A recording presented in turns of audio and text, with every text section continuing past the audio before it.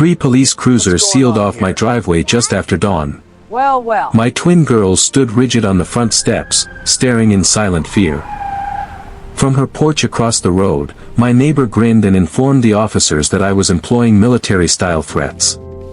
She miscalculated badly. It's okay, my brave That girls. single call to 911 didn't land me in cuffs. Don't let go. Instead, it eventually okay, my brought her, loves. Everything's formally all right now. and unavoidably, We're safe, Daddy? into my Yes, office I at promise. headquarters. Right here. The early air still felt crisp, normally scented with brewing coffee and newly mown lawns. That morning it carried only the steady rumble of engines and the heavy presence of official power settling over my yard. Let's hear. Flashing red and blue beams swept across the garage, the bikes propped against the railing, the colorful chalk art my children had scribbled the evening before. My daughters remained side by side on the porch steps. No tears. No words. Just wide, searching eyes, struggling to make sense of why squad cars were preventing their dad from stepping out of his own property. Across the street, my neighbor gripped her cell phone as though it were an official credential. She showed no alarm, only quiet contentment. One of the officers approached, palm lightly on his duty belt, tone measured and practiced. "Sir, we've had a report of menacing conduct." Menacing, over the way I'd positioned my vehicle in my own driveway. I gave a small nod. I listened carefully. I followed the lessons drilled into me over decades: when tension rises without cause, remain composed. I kept my responses brief, hands in plain view, identification offered promptly. Behind them, my neighbor displayed that familiar, controlled smile, the expression worn by someone convinced the machinery of rules has finally swung in their direction. What escaped her notice, what she failed to grasp, was that this incident marked no conclusion. It marked an opening. Occasionally a call intended to shame a man on his own property achieves the reverse. It becomes the precise trigger that draws the caller, very officially, into a command setting. Only now, she would occupy the disadvantaged side of the table. The title, Commander, conjures images of barked commands, a figure dominating space through sheer position. That isn't me at home. At home I'm the one rising before first light to brew coffee potent enough to pierce lingering fatigue. I'm the one securing doors each night, not from paranoia, but from the soothing rhythm of routine. Father ranks first, son second. All other roles follow. More than 20 years wearing the uniform have shown me that real authority rarely shouts. It endures. It appears reliably. It honors commitments even in solitude. I've served in locations that appear only in news footage, environments thick with grit, exhaust, and raw tension, where one poor choice can end lives. Such places reshape a person, though not in the manner outsiders imagine. They don't breed noise. They cultivate caution. They heighten appreciation for peaceful dawns and simple habits. They sharpen the instinct to safeguard the delicate, irreplaceable elements, family above all, that give purpose to the uniform. My twin daughters were 10 at the time. Mature enough to sense disruption. Mature enough to interpret expressions. They required no lengthy justifications. They needed only reliability, meals on schedule, school bags ready, a father who stayed steady when external events grew erratic. Their mother was traveling for duty, travel that stretches worry across distance, even when faith in the institution remains intact. Our conversations were brief, comforting repetitions. All is well. The gentle untruth spoken to preserve calm. Then there was my father, 73, a Vietnam-era veteran who once shouldered heavy burdens and now wrestled with a fog he never invited. Certain days his memory held firm. Others it slipped entirely. The hardest moments came when he gazed at me a beat too long, hunting for a name that ought to surface. Yet every morning, without fail, my voice seemed to pierce the mist. Something in the rhythm, the inflection, pulled him present. He would settle at the kitchen table, fingers curled around a warm mug, and for a short span he returned, back to an era when duty felt straightforward, when morality drew clear boundaries. That house represented more than shelter. It served as our mooring. Moorings grow vital when the rest of life threatens to drift. That driveway incident therefore carried weight far beyond parking regulations, HOA guidelines, or one neighbor's overreach with a telephone. Threaten a person's home and you don't merely test tolerance, you strike at their reason for existing. I never chose that street intending friction. I sought no privileges. I expected no deference from rank or service. I operated under the perhaps naive conviction that minding one's affairs, dealing justly with others, and contributing quietly to the community would suffice. For years it did, until one individual concluded tranquility was negotiable, dominance outweighed courtesy, and administrative filings could achieve what direct conflict could not. The turning point arrived long before cruisers appeared, long before formal documents piled up. Karen arrived 6 months prior to the unraveling. Initially she blended in, a newcomer offering a distant wave, a courteous but shallow smile. The sort of acquaintance you acknowledge then dismiss as daily life resumes. She resided straight across from us. Proximity proved more significant than I first appreciated. Her white SUV occupied her driveway at precisely the same tilt daily. Her grass received meticulous grooming, no errant blades, no stray debris. The property resembled a showroom more than a residence. Within days she introduced herself, inquiring about our origins and, pointedly, our intended length of stay. Most newcomers ask about local amenities or school quality. Karen inquired about departure plans. I answered honestly, we'd lived there for years and had no plans to relocate. Her reply carried that same constrained smile.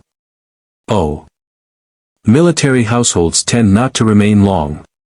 The remark felt less like curiosity and more like verdict.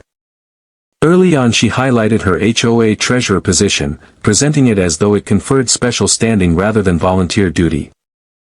She discussed regulations as though they ranked alongside gravity, immutable, beyond debate, imposed for collective benefit. I listened without objection. Military service teaches a basic principle: not every disagreement merits a stand.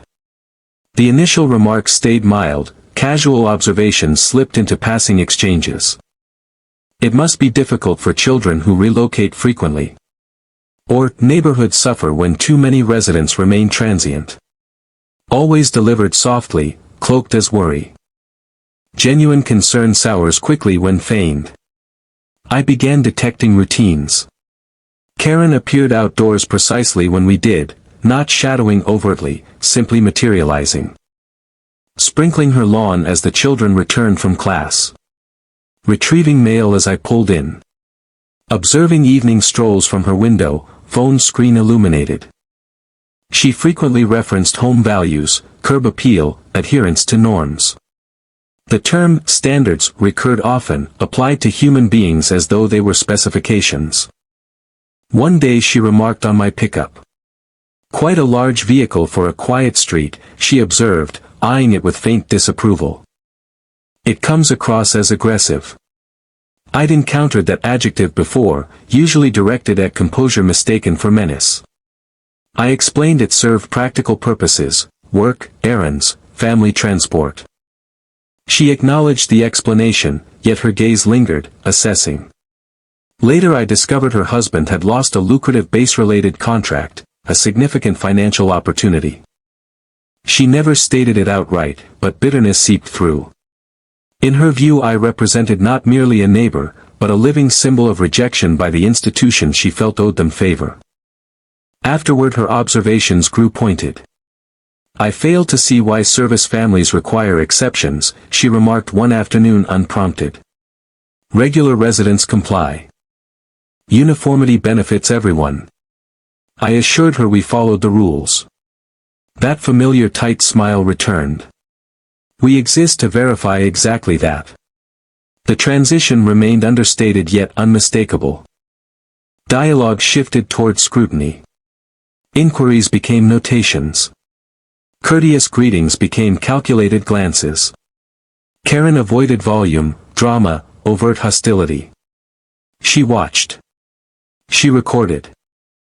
She held firm conviction that structure should be enforced by determination, not mutual respect. I refrained from challenge. I declined to heighten tensions. I withheld the reaction she sought. I continued ordinary existence. In hindsight, my calm persistence irritated her most.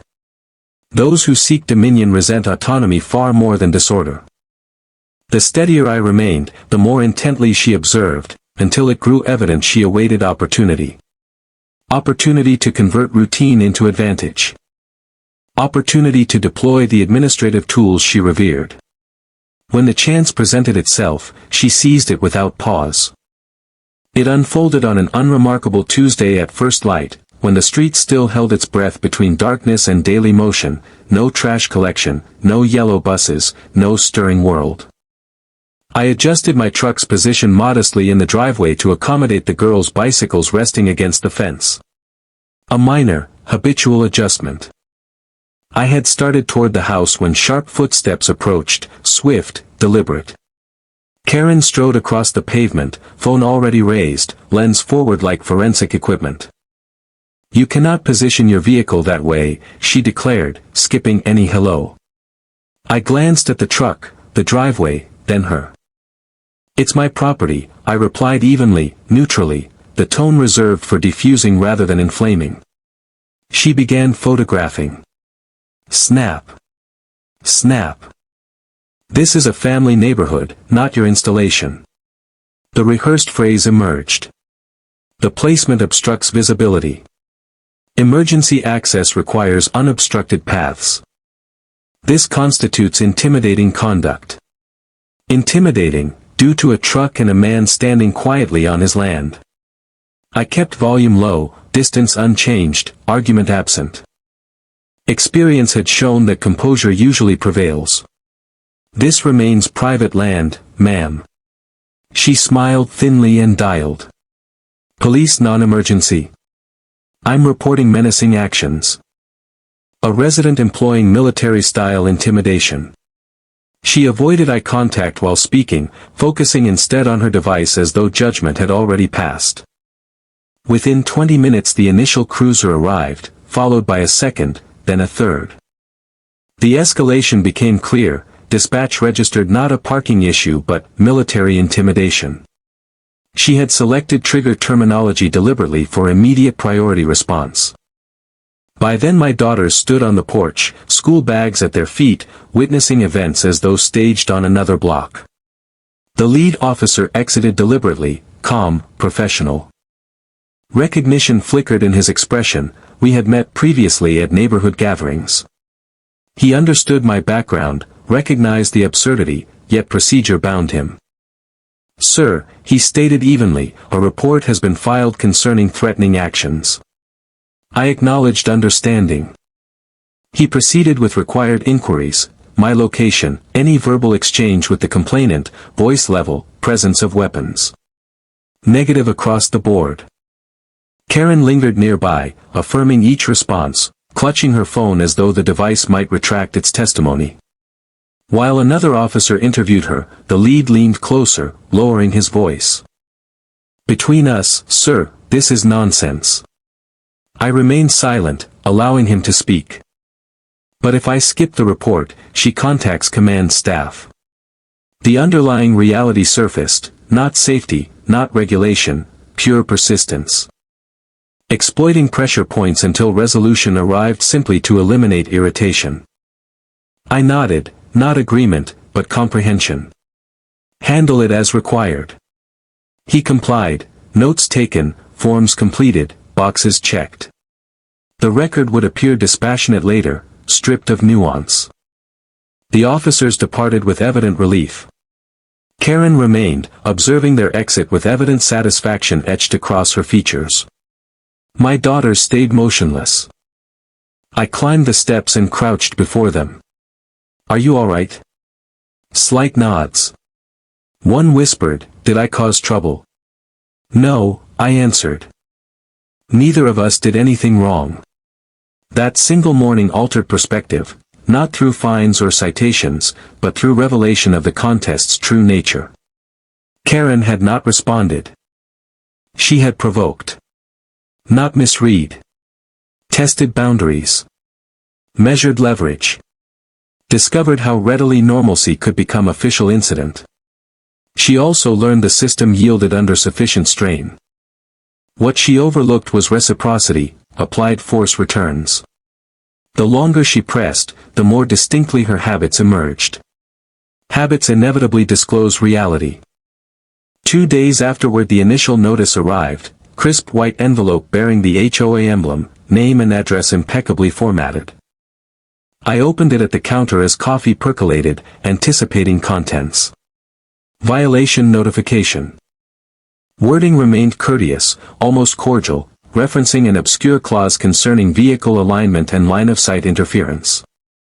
No direct blame, merely date, reference, penalty sum printed discreetly yet unmistakably. Before week's end 3 additional notices followed, varied clauses, varied purported observers. Each felt less like grievance, more like calculated maneuver in a contest where one party authored regulations and officiated. I preserved every document. No discarding. No immediate complaints. No outbursts. Instead I assembled a simple file, plain folder, handwritten labels, chronological tabs, duplicates, images, marginal annotations. Not from enjoyment, but from hard-learned truth. When power arrives politely, records become the sole effective dialect. That evening my wife phoned from her temporary lodging. Word reached me about the officers. Her effort at steadiness faltered slightly. It's managed, I assured. Everyone's safe. Silence stretched across the line, broken only by faint static and vast separation. I feel helpless from here, she murmured, voice fracturing. I can't shield you all from a hotel. The admission struck deeper than any citation. You don't need to, I replied calmly. That duty belongs to me. After a pause she answered softly, all right. We both understood the unspoken commitment. The notices persisted. Infraction for engine start at 6:35 a.m., unapproved alteration for securing a loose fence slat, improper presentation of an exterior flag positioned 1 inch beyond regulation. Each arrived in identical measured tone, presuming fault without stating it outright, steadily thickening the accumulating record. My daughters began intercepting mail. Another, one asked, holding an envelope gingerly. Only paper, I responded.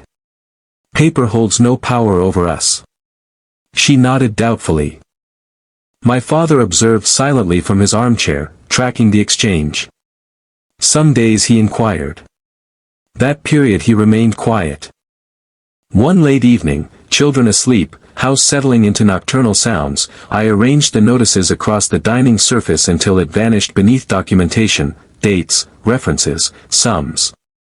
Concealed regularities. Then realization crystallized. Infractions followed deliberate intervals, frequent enough to exhaust, infrequent enough to evade obvious orchestration. Each invoked distinct provisions, varied justifications. Precision suggested thorough review of governing documents. I began discreet cross-checking, public archives, prior minutes, archived postings. Enforcement history over recent years revealed stark disparities. Military households comprised under 1/4 of residents yet received nearly 3/4 of penalties. Identical violations drew cautions for some, formal penalties for others. Patterns clustered unmistakably where chance should prevail. I reclined, gazing upward, absorbing household quiet. This transcended zealous regulation. It constituted targeted application. Targeted application concerned selection, not compliance. Next morning Karen offered a bright wave as I reversed from the drive. I returned it, not seeking harmony, seeking duration, time for observation, recording, allowing her to believe strain produced results. Another notice arrived that afternoon. I filed it calmly. For the first time since the cruisers departed, surprise vanished. Orientation replaced it. I finally perceived the landscape.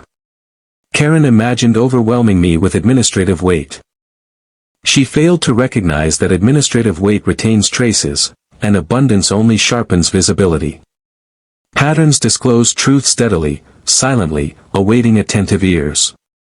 The initial indication arrived not via mail but through my daughter's expression as she entered. No usual rush. No overlapping chatter with her sister. Backpack placed deliberately. Pause lingered before speech. "Dad," she began quietly, "Mrs. Ellie removed me from safety patrol leader." I lowered to her level. "Why did she explain that?" Small shrug, the child's practiced concealment of bewilderment. "She mentioned we might relocate soon. It wouldn't be right for me to hold the role." Her twin appeared, features set firmly. "Tommy's mother told everyone military kids just pass through. We don't truly fit." The statement carried greater impact than any violation notice. I embraced them both, sensing rapid breathing, sensing the unspoken humiliation children absorb when grown-ups recast them as obstacles. "You belong precisely where you stand," I told them. "We remain here." They nodded, trusting, or perhaps requiring belief. From the adjacent room my father observed. That day clarity held firm.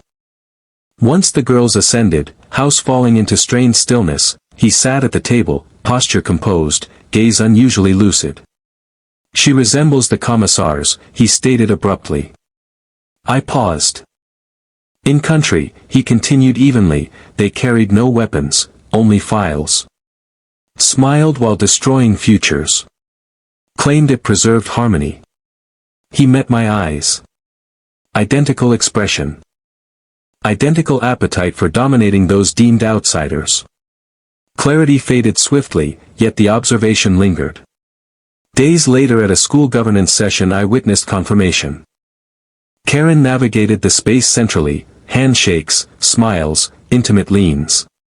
Blazer impeccable, demeanor rehearsed, engaged, dutiful, community-oriented. At the microphone silence descended. "Service families introduce distinct difficulties," she stated deliberately. "Constant movement, separation strain, adjustment issues that interrupt educational consistency." Slides advanced, statistics, excerpted research aligned to support predetermined conclusion. Polished. Professional. Thoroughly misleading. Tension tightened in my jaw. Then the boundary breached. "Consider our local colonel," she noted, glancing near without direct contact.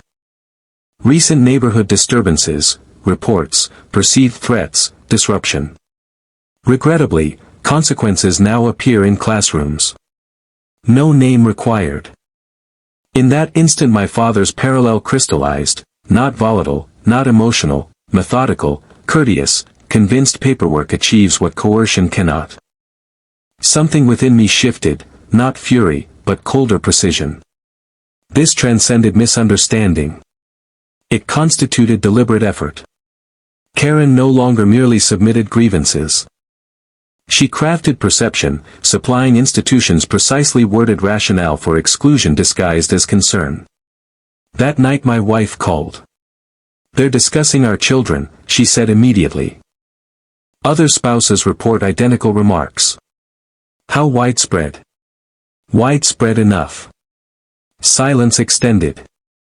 "Then we move forward," I concluded. No more waiting for natural dissipation. I reopened the accumulating file, now substantial. Correspondence, chronology, annotations. New section labeled simply, "Children." Once minors become instruments, ambiguity vanishes. Patience ends. That evening transitioned from questioning motive to examining mechanism, coordination, information flow, recurring terminology across sources. Karen applied strain precisely where vulnerability existed. Correctly so. She simply underestimated consequences when pressing a guardian, particularly one trained to detect regularities. Patterns, once examined closely, reveal not merely events, but architects. Deep night quiet enveloped the house, no television murmur, no overhead steps, only refrigerator drone and clock's measured pulse, unmoved by human drama. Laptop open at the table, folder near. Not seeking confirmation of suspicion, seeking architecture, the deliberate framework constructed under illusion of concealment. HOA entities maintain required archives, proceedings, infraction registers, correspondence. Tedious material, easily ignored. Bureaucracy overlooks one possibility, exhaustive reading. I reviewed 2 years of minutes, arranged chronologically, attendance cross-checked against decisions. Recurring participants surfaced consistently. Then the shared repository, accessible yet rarely requested, as few anticipate personal targeting. Folders by fiscal period. One subfolder halted progress, compliance oversight. Inside, spreadsheet, neat, clinical, ruinous. Resident rows, addresses, chronology, annotations. Columns, status, measures, intensification level. Another, residency category. Civilian. Civilian. Military. Civilian. Military. Military entries bore progressive highlighting, yellow progressing to red. Beside my entry, ongoing defiance. Suggest intensified measures. No tremor. Not yet. Additional file, educational liaison summaries, unofficial yet existing. Meeting logs, participant lists, innocuous shorthand until combined, continuity risk, transition instability, community coherence issues. Beside one daughter's name. Candidate for removal. Meaning settled heavily. Not mere preference.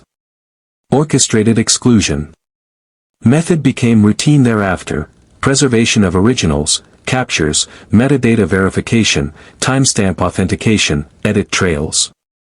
3 individuals dominated across datasets, HOA proceedings, school documentation, overlapping committees. Karen appeared ubiquitously, originator, approver, final accessor. She no longer reacted. She directed. Spreadsheet monitored compliance rates, payment records, resistance levels, required intensification. Desired result column varied, civilians achieved conformity, military residents designated, probable departure.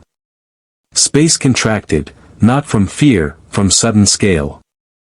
Personal grudge had evolved into calculated campaign. One remaining document before shutdown, correspondence log. Calls, messages, casual exchanges. Dates synchronized with children's subdued returns, school inquiries, clustered notices. No volume required. Patterns communicated sufficiently.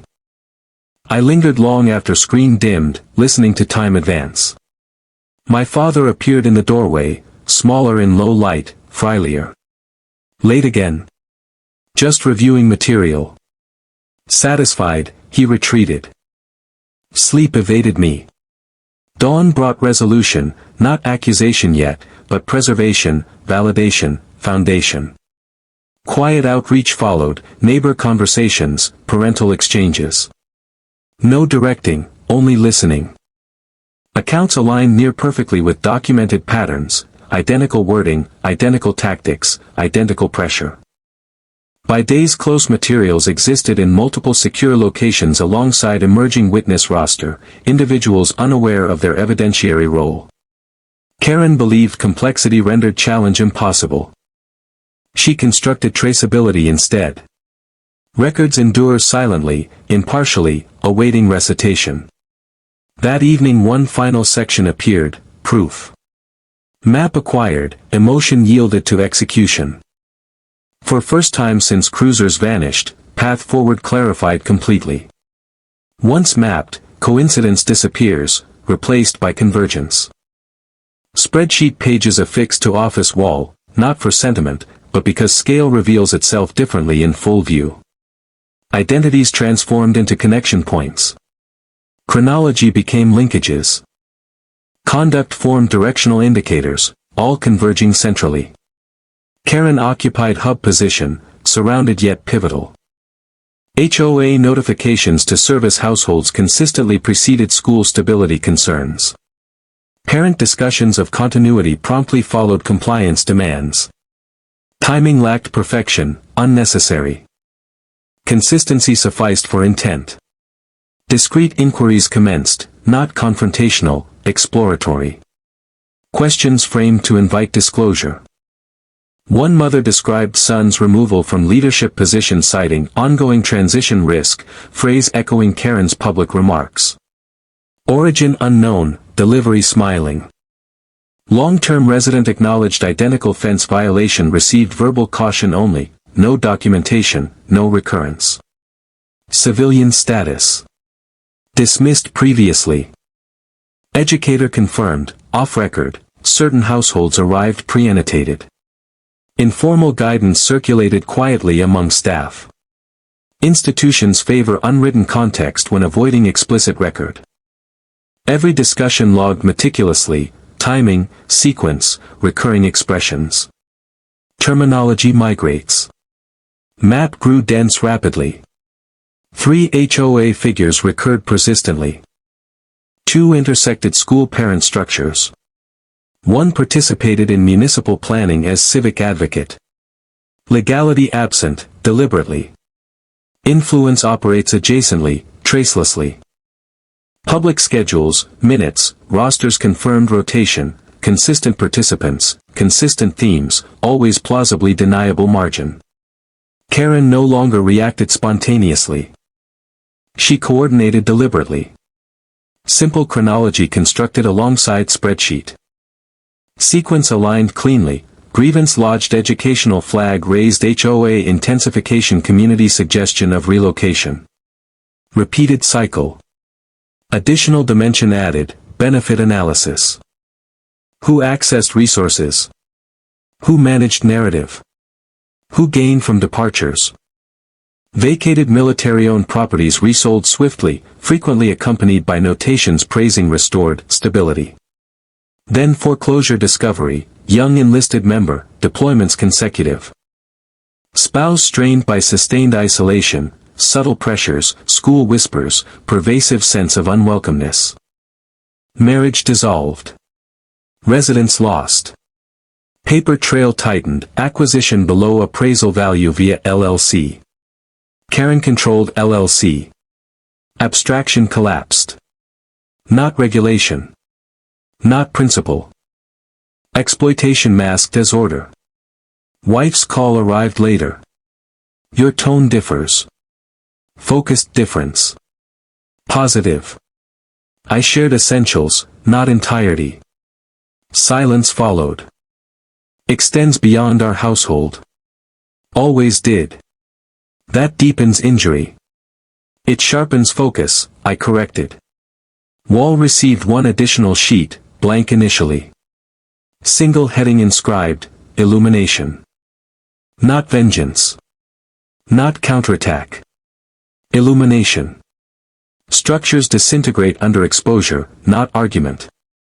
Next phase required independent confirmation, external scrutiny, evaluation indifferent to presentation, attentive solely to documentation. Karen presumed invisibility through complexity. Presumption constituted vulnerability. Wall photographed, materials duplicated, encrypted, access granted trusted external party. Contingency established, map survived regardless. Light extinguished, final glance at central node, Karen encircled by self-drawn connections. Quietude concealed patterns. Quietude also reveals them. Certain boundaries remain unmarked yet absolute. Cross them unknowingly and reality alters irreversibly. Karen crossed hers one unremarkable Thursday. Routine desk work interrupted by forwarded notification, nearly dismissed. Subject line, civilian allegation concerning commissioned officer conduct. Origin, federal oversight channel, not municipal, not HOA, not district. Opening revealed escalation beyond previous limits. Karen lodged formal allegation claiming positional abuse, civilian intimidation, hostile atmosphere creation targeting non-service residents. Terminology precise, calibrated, designed to compel review without emotional excess. Attachments included prior HOA materials, vehicle images, complainant summaries, all echoing spreadsheet phrasing translated into formal charge. False federal filing transformed context entirely. Neighborhood friction became potential interference with official function. No reply composed. Documentation only, forwarded securely, labeled simply, threshold. Evening call from wife. You're subdued. Attentive. 2. Irreversible error in progress. No elaboration required. Procedural shift recognized mutually. Morning brought unfamiliar contact. Colonel, Lieutenant Colonel Webb, Installation Security. Civilian allegation reached appropriate channels. Discussion required. Availability confirmed. Bring supporting materials. Everything transported, correspondence accumulation, spreadsheet print, connection diagram, property records, preserved media. Conference occurred in windowless space, acoustically controlled, deliberately neutral. Webb reviewed methodically, uninterrupted. Pause occurred once. Direct submission by subject. Affirmative. Allegations unfounded. Affirmative. Single nod, notation, continuation.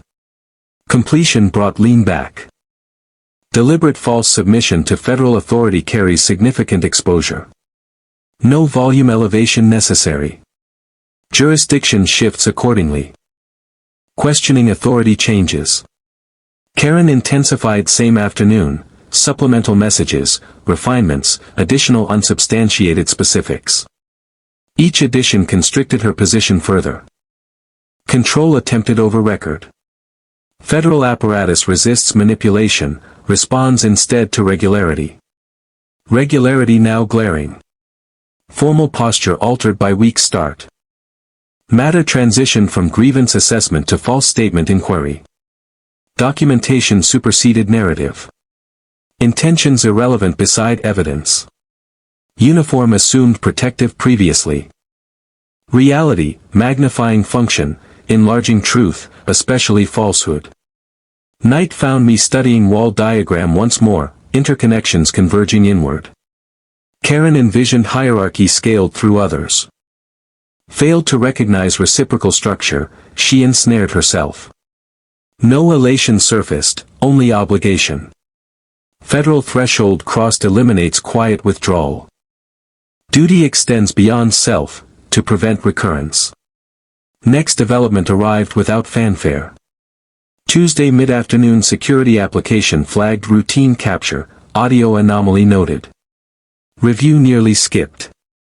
Camera covered driveway periphery, sound range exceeded visual frame. Karen position just outside view, phone to ear, posture casual. Microphone captured clearly despite distance. Voice relaxed, assured. Final submission should suffice, she stated conversationally. Command removal should trigger cascade. Brief chuckle. Service households depress valuations. Transient. Non-integrated. Relocation serves community interest. Volume dropped conspiratorially. Military garbage, frankly. You understand. Statement hung, unprovoked, unambiguous, strategic. No anger. No heat. Clinical explanation of objective. Clip reviewed multiple times, volume reduced, familiarity unnecessary. Timestamp correspondence with federal supplements perfect. Phrasing mirrored internal records. Purpose aligned seamlessly with diagram. Not miscontextualized remark. Clear motive. File secured, original preserved, checksum verified, metadata intact. Duplicate transmitted securely with brief annotation, definitive indicator enclosed.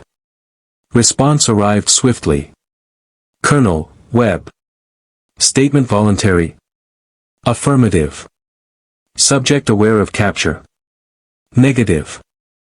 Pause, paper shuffle, keystrokes. Posture adjustment confirmed. Proceed accordingly. Evening escalation followed. Karen positioned deliberately in driveway path during grocery unloading, narrating loudly for invisible audience. Observe posture, clear aggression. Backup system recorded fully, including preamble, I'll remain stationary here. This should finalize matters. Combined elements, fabricated claims plus documented premeditation, collapsed fabrication entirely. Second media forwarded. Reply instantaneous, cease interaction. Secure all captures. Contact forthcoming exclusively through channels. Rest arrived that night, not from safety, from completion of patience. Morning status updated, review concluded, investigation commenced. Karen presumed administrative repetition, volume, official tone sufficed indefinitely absent verification. Underestimated persistence of silence, impartiality of recording devices, inevitability of self-exposure. Individuals of her pattern falter not through oversight, but speech. Speech discloses what records conceal, purpose. Subsequent phase required no spectacle. Formal directive issued, time, venue, mandatory attendance. Invitation beyond refusal. Karen interpreted directive as advantage, as culmination, as ultimate leverage. Misjudgment complete. Designated hour arrived. White SUV processed through entry, standard protocol, deliberate, comprehensive, unhurried. Occupant required to exit, compartments inspected, compliance verified. Observation maintained from office vantage, posture radiating impatience. Military environments lack civilian ambient noise, no background music, minimal conversation, procedure dominant.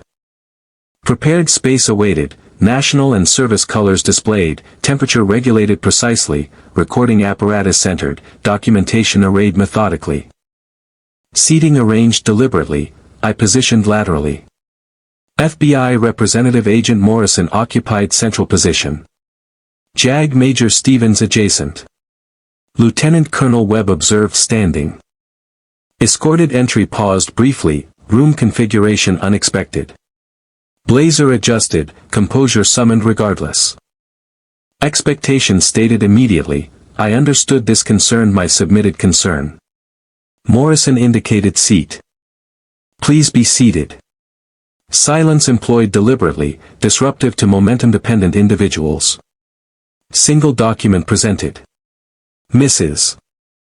Ashford, this constitutes your federal submission alleging positional misuse, intimidation, official misconduct.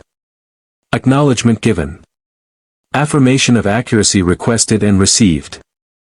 Recorder activated. Affirmation noted formally. Second folder opened. Audio capture from residential security dated March 12 will now play. Objection attempted. Overruled calmly, evidentiary. Consent irrelevant. Playback commenced. Karen's voice, unmistakable, context-free, strategy outlined, derogatory terminology employed casually. Freeze response visible, posture rigidified, color receded. Recording paused. Explanation requested. Taken out of context, offered weakly. Momentary frustration. General observation. Third folder revealed. Spreadsheet displayed, authorship evident, maintenance continuous, categorization by status, escalation tracking, explicit removal objective. Facial pallor increased. JAG officer interjected measuredly, coordinated targeting of protected class, service members and dependents, potentially implicates federal safeguards. Sharp, brittle laugh. This constitutes intimidation. Civilians cannot face criminal treatment. Response even, documentation proceeds. No intimidation intended. Final document presented, property transfer record, foreclosure acquisition via controlled entity following documented pressure campaign. Silence descended, absolute, waited. Expectation of drama unmet. Encountered instead inexorable procedure. Direct address finally offered. You orchestrated this. Steady reply, no. Your choices did. Folders secured. Conclusion stated calmly, matter advances to full federal inquiry, false statements, coordinated conduct, potential civil rights concerns. Request for counsel immediate. Granted without hesitation. Departure authorized. Exit occurred hesitantly, absence of restraint, absence of raised voices disorienting. Expected coercion. Received certainty. Door closure permitted collective release. Webb's nod conveyed sufficiency. Files collected. Recording terminated. Assessment offered quietly, strong foundation. Process continues.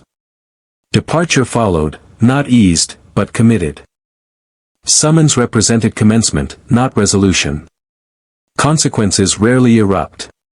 They accumulate subtly, delayed responses, altered interactions, procedural adjustments requiring no explanation. Within days HOA enforcement paused pending comprehensive evaluation. Shortly thereafter Karen withdrew from board for personal considerations. Weeks later board restructured entirely, interim external supervision installed. No fanfare. No contrition. Correction effected silently. Federal mechanism advanced predictably, deliberate, thorough, statements gathered, materials compelled, corroboration established. Spreadsheet evolved from suspicion to exhibit. Recordings required no qualification. Property documentation completed linkage. Counsel contact occurred once, scope inquired, facts uncontested. Indication sufficient. Resolution followed later, reimbursement directed toward impacted households, administrative sanctions applied, governance participation barred prospectively. No theatrical proceeding. No public declaration. Justice requires durability, not spectators. Household registered transformation before formalities concluded. Communication ceased. Surveillance ended. Peripheral glances dissipated. Daughters traveled to school without hypervigilance. Natural joy returned unmodulated. School leadership reinstated our child quietly, correspondence citing supervisory lapse and administrative correction. One evening query arrived softly, will officers return? Not for us, I assured. Trust accepted. Studies resumed. My father perceived shift 2. One morning amid garden tending, clarity surfaced unexpectedly. That individual, he stated deliberately, mirrored political overseers abroad. Identical appetite. Identical demeanor. Fog returned promptly. Impression endured. Accuracy confirmed. Individuals resembling Karen rarely self-identify as antagonists. They perceive themselves as stewards, stabilizers, essential correctives. They assume others lack resolve to act. They misunderstand fundamentally, administrative process sterilizes nothing. Purpose defines morality. Wife returned soon afterward. No elaborate observance. Unpacking. Shared meals. Porch time absorbing restored neighborhood equilibrium. True steadiness whispers reassurance.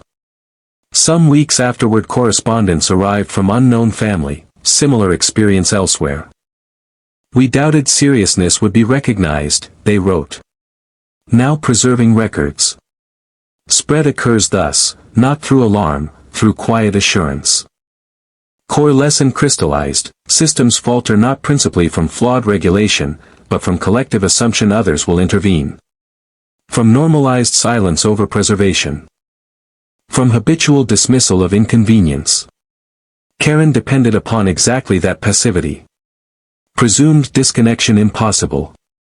Mistook visible authority for genuine power. Mistook uniform for inherent menace. Authority operates quietly. It accumulates evidence. It exercises patience. When required, it responds decisively. Her initial driveway call aimed at humiliation, at dominance assertion, at reminding neighbor that leverage belonged to administrative tools. Instead it illuminated her completely, not through my identity, but through her conduct. That truth endures, worth recalling. Animosity requires no volume. Exclusion requires no overt markers. Misuse frequently conceals behind procedure, assemblies, courteous expressions. Yet traces persist invariably. Patient, dispassionate pursuit inevitably uncovers them. Truth then requires no advocacy. It simply stands. Conclusion arrived accordingly, not through outrage, through lucidity, and a community instructed painfully yet permanently. One may summon authorities over a resident's vehicle placement within personal property boundaries. The outcome depends entirely upon chosen actions, and the enduring record they inevitably create.